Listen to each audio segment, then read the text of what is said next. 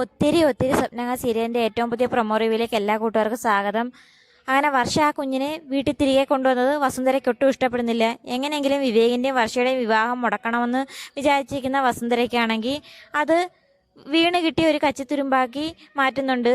വിവേകിനോട് പറയുന്നുണ്ട്, വർഷ എത്രയും പെട്ടെന്ന് ആ കുഞ്ഞിനെ തിരികെ അനാഥാലയം കൊണ്ടുചെന്നാക്കട്ടെ, എന്നിട്ട് മാത്രം നിങ്ങളുടെ വിവാഹ നിശ്ചയം നടത്തുന്നോളൂ എന്നും പറഞ്ഞ് ദേഷ്യത്തിൽ വസുന്ധര പോകുന്നുണ്ട്. വസുന്ധര എങ്ങനെയെങ്കിലും കാര്യങ്ങൾ പറഞ്ഞ് സമ്മതിപ്പിക്കാനായിട്ട് വിവേക് ശ്രമിക്കുന്നുണ്ട്.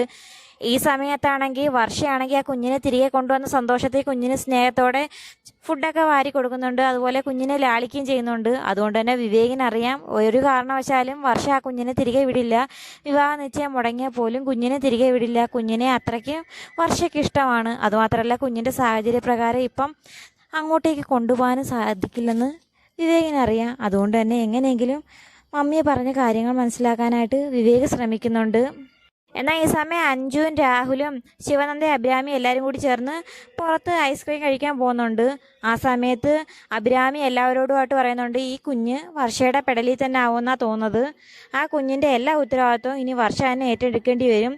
അതുകൊണ്ട് കുഞ്ഞിനെ ഒഴിവാക്കുന്നതാണ് നല്ലതെന്ന് പറയുന്നുണ്ട്. ആ സമയം ഒന്നും ചെയ്യാൻ പറ്റാത്ത വിഷമത്തിൽ എല്ലാവരും ഇങ്ങനെ വിഷമിച്ചിരിക്കുന്നുണ്ട്. കാരണം കുഞ്ഞിനാണെങ്കിൽ ഒട്ടും വയ്യാൻ താനും കുഞ്ഞിനെ ആരും ഏറ്റെടുക്കാനും ഇല്ല. അതുകൊണ്ട് തന്നെ ഒന്നും ചെയ്യാൻ വയ്യാത്ത സാഹചര്യത്തിൽ എല്ലാവരും ഇരിക്കുന്നുണ്ട്. പിന്നീട് ആ സമയമാണെങ്കിൽ ശിവനന്ദ പുറത്തേക്ക് പോകുന്നുണ്ട്. ഈ സമയം ഇതേ മാളിൽ തന്നെ ശ്രീനാഥും എത്തിയിട്ടുണ്ട്. ശ്രീനാഥ് അങ്ങനെ ശിവനന്ദ പുറത്തോട്ട് പോകുന്നത് കാണുന്നുണ്ട്. അങ്ങനെ ശിവനന്ദയോട് സംസാരിക്കാനായിട്ട് ശ്രീനാഥ് ശിവനന്ദയുടെ പിന്നാലെ ഓടുന്നുണ്ട്.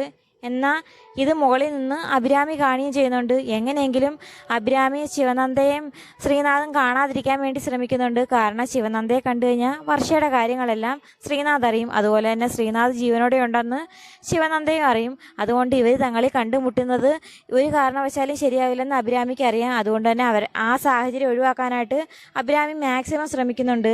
എന്നിരുന്നാലും ശ്രീനാഥും ശിവനന്ദയും എത്രയും പെട്ടെന്ന് തന്നെ കണ്ടുമുട്ടും. അങ്ങനെ വർഷയുടെ കാര്യങ്ങളെല്ലാം എത്രയും പെട്ടെന്ന് ശ്രീനാഥ് കണ്ടെത്തുക തന്നെ ചെയ്യും. അതിനു മുമ്പേ വിവാഹ നിശ്ചയം നടക്കുമോ ഇല്ലയോ എന്ന് കാത്തിരുന്ന് തന്നെ കാണാം. അപ്പോൾ വീഡിയോ ഇഷ്ടമായ ചാനൽ സബ്സ്ക്രൈബ് ചെയ്യാനും സപ്പോർട്ട് ചെയ്യാനും മറക്കല്ലേ കൂട്ടുകാരെ.